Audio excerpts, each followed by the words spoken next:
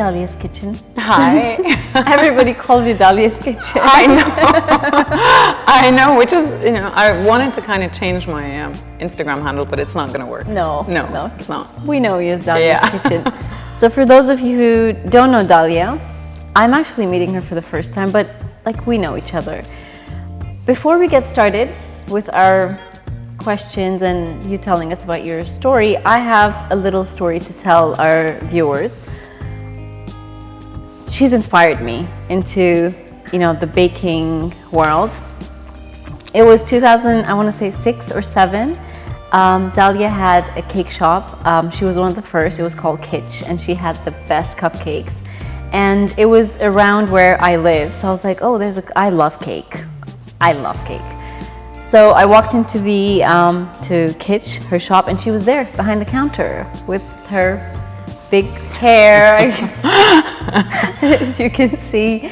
And she told me her story. I must have been about 22 at the time, 21, my first job. I was so unsure. And she told me about her story. She's like, I've always baked cakes.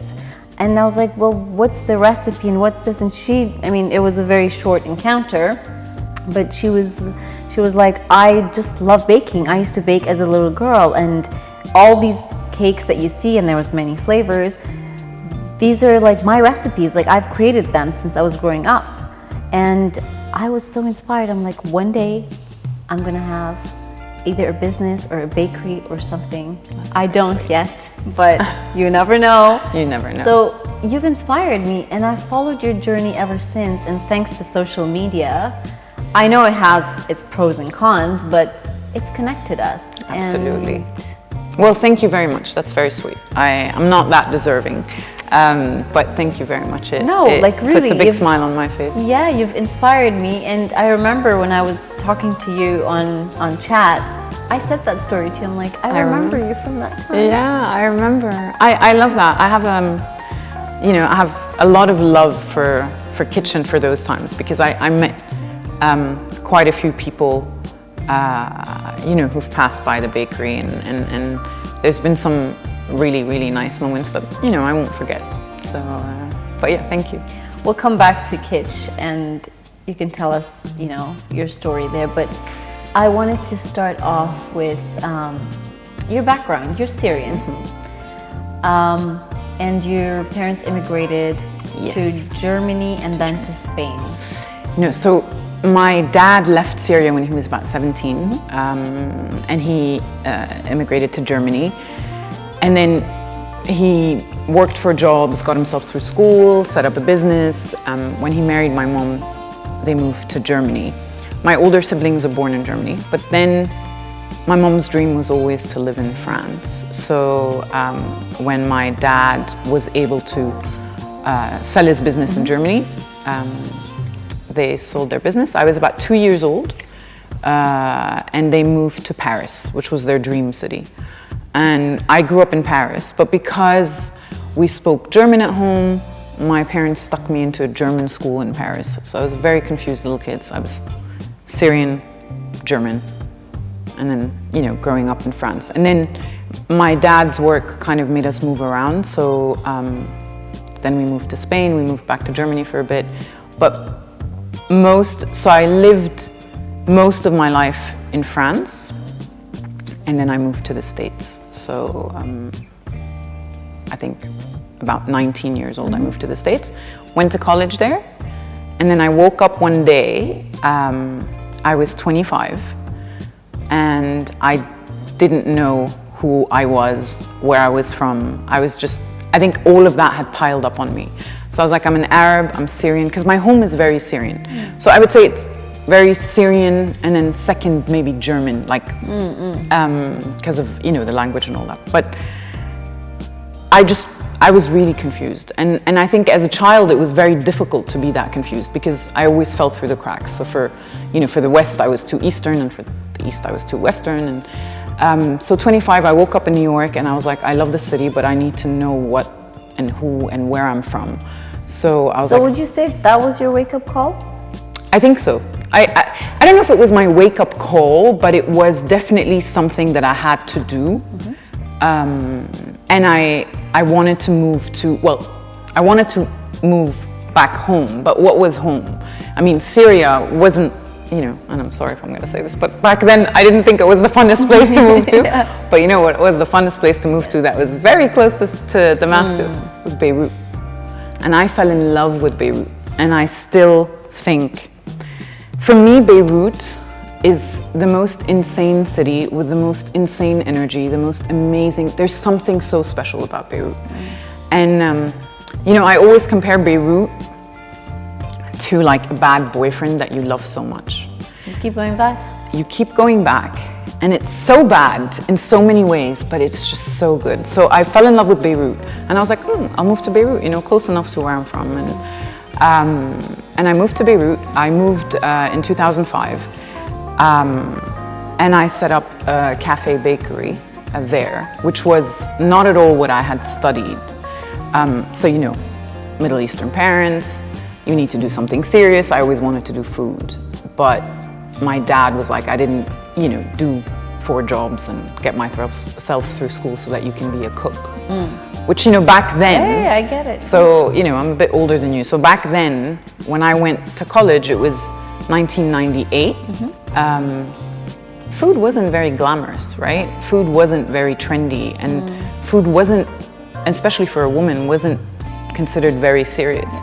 So he said, you do your degree, and then you do whatever you want. So I did that. I did my degree in real estate and finance, and which helped me later on when I set up a business. And then, so I moved to Beirut. I did real estate for about a year, and I was miserable. I was miserable because Beirut wasn't doing well, so everything had kind of stalled. And I told my parents, okay, that's it. So I have 3 professional passions, if you'd like. So food, always. Real estate, still do love. And I wanted to be a journalist. So I had gotten, in college, very, very into, funny enough, the Palestinian oppression, and so I took a course on it, and I got educated. And that day I walked into my mom's room and I said, look, I'm either opening a bakery or I'm going to Palestine and reporting about this atrocity. And my mom was like, please no. And my mom had like a good friend who was at CNN in Beirut, and I knew she could make, kind of Middle Eastern things happen for at least get me an internship. But anyway, so she's like, please no, please go for food. My dad was really against it. So with a childhood friend of mine, we set up a concept store. She was kind of part of that fashion lifestyle bit, and I did a bakery and cafe, and it was beautiful. So it did really, really well in Beirut. We were very lucky. But then the war broke out in 2006. And we had a lot of wonderful customers from Kuwait and from Dubai. Those were our biggest. So we went to Kuwait, we went to Dubai to check out locations, and then I fell in love with Dubai, and I came here, set up Kitsch, which is what you spoke about. We ended up setting up 5 locations. So we had Beirut, Dubai, Abu Dhabi, and Saudi. I went and opened up in Saudi, and then did that for 10 years, sold it, and then started writing for food magazines, and then my blog started in 2010. And just one thing led to another, and I ended up doing what I love, which I'm very grateful. I love what I do. I feel very blessed and very lucky. Wrote my cookbook, and then just things happened, and then somehow everything kind of came together for me. So going back to your childhood, Syrian, growing up as an immigrant in Germany, did you encounter any racism? Oh yes, of course. I think so. It's really, I think for people who have not experienced racism, it's a very different viewpoint, right? So when you've experienced that ugliness, and I think especially maybe in my case anyways, as a child, so I was very, very, very shy as a child. Like even my childhood friends would like see that I, do camera now. They're like, what? But it was very tough. We were, you know, the only Arabs at the school with, I think, another 2 sisters, but I'm not sure anyways. But it was very tough because it wasn't just racism from kids, it was from teachers, it was people making you feel different. So you wouldn't be invited to a birthday because they'd say, you know, we celebrate birthdays, we have birthday cakes, we eat on tables. So it was explicit racism. It was explicit racism. And you know, I will say this, I have a lot of love for Germany and Germans because they've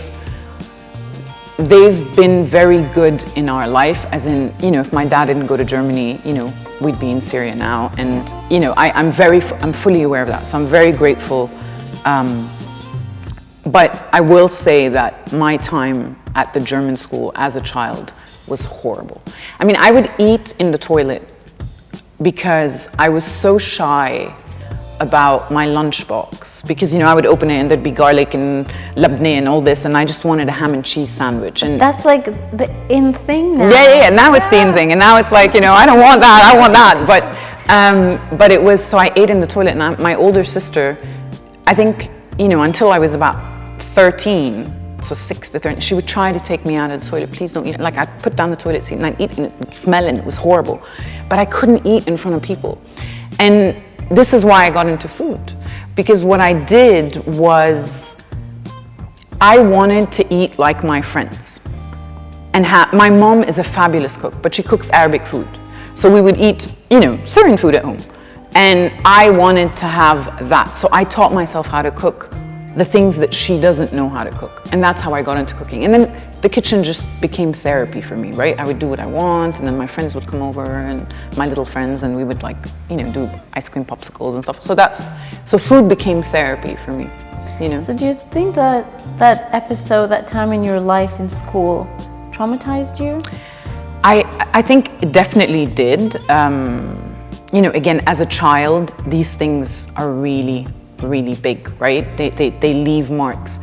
But that then turned into, so what my weaknesses as a child, so not knowing where I fit in, because I'm also not, I mean, I am fully Syrian, but, you know, I grew up not amongst Syrians. So I was just lost. I wasn't, you know, and even my parents that, you know, I'm super close to, but, you know, they're still Middle Eastern parents, and I have a Western mind, and, you know, I would bump heads with, you know, my dad on things that, you know, would, like, for him, this is the way it is, and for me, this is the way it is. And so those not knowing where I belonged, that weakness, I think as an adult became kind of what makes me me. And I don't know if I want to call it strength, but it is, you know, I kind of realized that I don't need, this is me. Like, I'm just that mosaic of people. And it means that I can understand, you know, different layers of different cultures in a way that somebody can't. So as an adult, I kind of took that and made that, you know, who I was, and maybe just turned that into a strength somehow. So would you say Dubai is home now? Absolutely. So the funny thing is, and I'm very, very passionate about this, is that so no matter where I lived, I never felt home, right?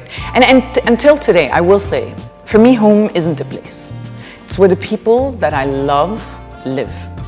So, you know, there's my parents and my siblings, and then there's my nuclear family, my husband and my kids. So where they live is home. If we move to New Zealand tomorrow, then that is home, and I'll make it home.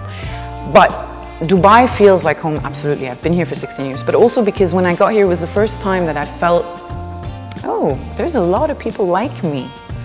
We're kind of all not really from here, but don't need to be, but so it's the first time I felt home was here, absolutely. Dubai is like so multicultural. Yes. You know, there's all sorts of people of color, not white, black, Middle Eastern, Asian, whatever. Do you feel like racism still exists in implicit and explicit ways? In Dubai? In Dubai? It would be a big thing to say, I don't think so. I think it may, but I will truthfully say that I have never experienced that here. I have never. In a sense where I think it's a place that's achieved to live and let live. The fact that you have so many extremes sitting right next to each other in harmony is, for me, the greatest achievement. What about white supremacy? In Dubai? It's not something I can talk about because I haven't experienced it. Personally, I haven't. I will not say it's not there because I am sure there might be people who will answer this differently. But I can only talk about what I know, and I've never experienced it. You're a public figure and you've been in the food scene you're one of the first ones. You're the pioneers. And you had a cookbook, you've had food businesses, and you are Harper Bazaar's food editor. So you've achieved quite a lot. What do you say to people who think that you've achieved all of that because you come from privilege? Have you heard that before? You know, I've never heard it before. People may think it, not say it.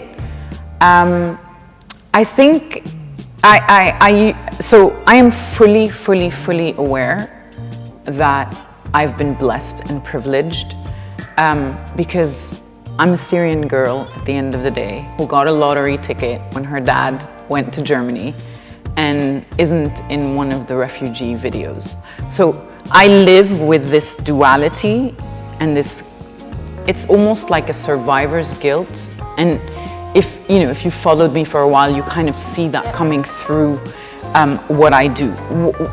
So whatever privileged position I had, I'm trying to make it count. It has to count or else I'd be an idiot. And I could not do what I do, but I do it. So it doesn't matter if people tell me that. I know, but again, nobody's ever said that to me. But I could understand though. And I won't deny that I have been blessed. But yeah, I'm trying to make that count in the right way. You said that you are living here with your husband and your 3 kids. What is marriage to you? And do you believe in forever? Do I believe in forever? I do. I definitely do. But I don't think it's a picture perfect forever, right? So, sometimes, again, I feel very lucky because I fell in love with someone where I feel that it is a very special relationship. We didn't have any friends in common. Like there's something for me personally, very special about my husband and the man that I married. Life is tough, right? So forget a relationship, but life throws a lot at you. So you need a lot of marbling, a lot of love to be able to get through a lot of things in life. And I think forever does happen if you have that. It doesn't mean that you won't go into, hardships and life won't, throw curveballs at you. But I do believe there is a forever. Now, does it end up being forever? You never know, right? But I do believe in it. But it doesn't mean it's picture perfect. Has anyone ever wronged you? And do you believe in second chances? I mean, definitely people have wronged me, and I'm sure I've wronged people as well. It's a funny question that you have, because I think the one thing I wish I wasn't, I wish I was more forgiving in a way where, yes, second chances, but it depends what. I think I've had instances in my life where I've had, close people to me where it might not seem like such a big thing to anyone. But I think disappointment just automatically shuts off something. And then I wish I could give a second chance, but it doesn't work. I'll try, but I won't be able to just be as if that didn't happen. Which I wish, I'm working on that though. I will say. We're all work in progress. Yeah, I'm working on that. I'm working on that because, it's maybe not a good thing to be that harsh. But so I believe in second chances, but there are some things I am just clear I shut down. What is your biggest achievement in life? What is my biggest achievement? Do you know, I don't think it's there yet. I still feel like I'm still in the process of achieving. And I also don't look, I think this is something I've realized recently. I don't look at things in a way where I need to tick that box and I achieved this and I achieved that. Time is so precious. I want to spend it well. If that means, doing something that I love that isn't successful, but I can get by doing it, then, that's achieving happiness for me. So, or if it's, okay, there we go. My biggest achievement is realizing to enjoy the moment. And it's something that I'm very grateful for. Like, I'm in the moment all the time. You were on the cover of Women's Health a couple of years ago. Would you say that was one of your achievements?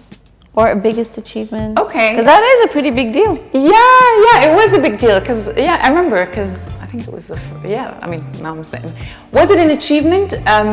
It was an achievement. Is it my biggest achievement? No, is maybe, and I'm saying this not as a mother, like, it's not like my kids are my biggest achievement, but maybe the relationship with my children that I'm developing for me is a very real, raw, pure love.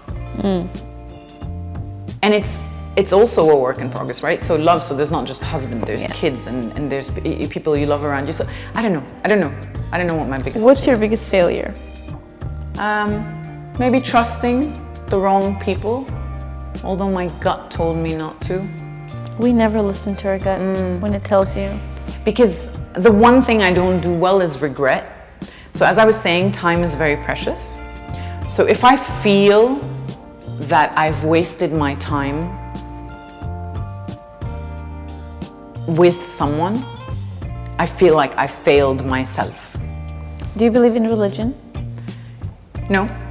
Do you believe in God? Yes. Prayer or meditation? So it's funny because that's a whole other, lost identity. So, I pray every day, but I don't believe in religion. But I pray in a way, so my parents' German friend taught me how to say a Quran verse in German from when I was very little. So then I say that in German, but then I've kind of through the years forgot the real wording of it. So it's some kind of weird, German Quran verse that I say every night, and I still do. And I taught my kids to say it. So I do pray to God every day. Meditation gives me anxiety. I am not anxious. I'm not an anxious person. I'm not, however, it seems maybe I am, because I've tried meditation twice and I start getting a panic attack. So I can't do meditation. However, having said that, so I've started yoga recently, which I love, I'm obsessed with. And I'm like, it's funny because it's not like yoga's changed, that's been around for 4,000 years. I've changed, obviously, because before I used to do yoga, I tried yoga, I didn't like it. And now I love it. And I love the teachers that give me a 2-minute Shavasana meditation in the beginning and the end, I can do that and I'll feel great. But, or else, like when people tell me sit down, oh my God, like I start. Are you for or against plastic surgery, Botox and fillers? Oh, I am for anything that makes you feel better. Something bothers you, your nose bothers you, you want to get plastic surgery, get it done. You're getting, you know, your breasts done because the boyfriend doesn't like small breasts, don't. Yeah. So this is, you know, don't get plastic surgery done at age 17 because whatever I did at 17, at 30 I was like, what the hell, why did I do that? So if I would have changed the way I looked at 17, you know, it's just like be a little bit more mature. So don't go overboard.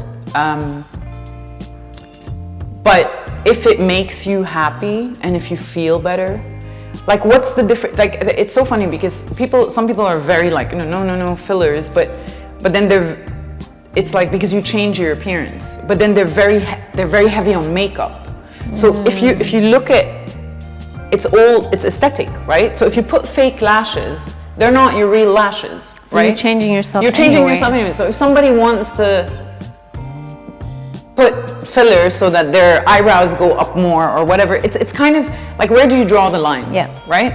So, you know, if you are, so I have a friend who's like a bohemian, she doesn't, you know, take Panadol and she doesn't, and she would never, and she tells me this is horrible stuff, I get it. But, you know, if we're adding fake lashes and coming out with, you know, extensions, but then telling a person, you know, you shouldn't have done filler, it just kind of doesn't make sense to me. So. Have you got any plastic surgery done? Yeah, I have. So that's not an Arabic nose. Last question. You're a 20-year-old Dalia. Imagine yourself wherever you were living, Germany, France, or Spain. I don't know where you were. What advice would you sit her down and give her? To be less set in your ways. So I was never a judgmental person, but I always thought, you know what, this is the way I think, so this is the right way.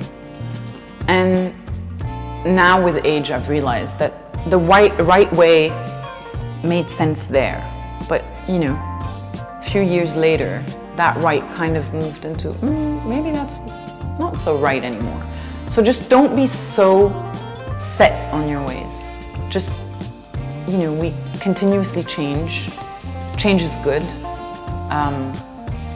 And that means your ways will change and what you think will change. It doesn't mean that the essence of who you are and your principles or your morals or your values change.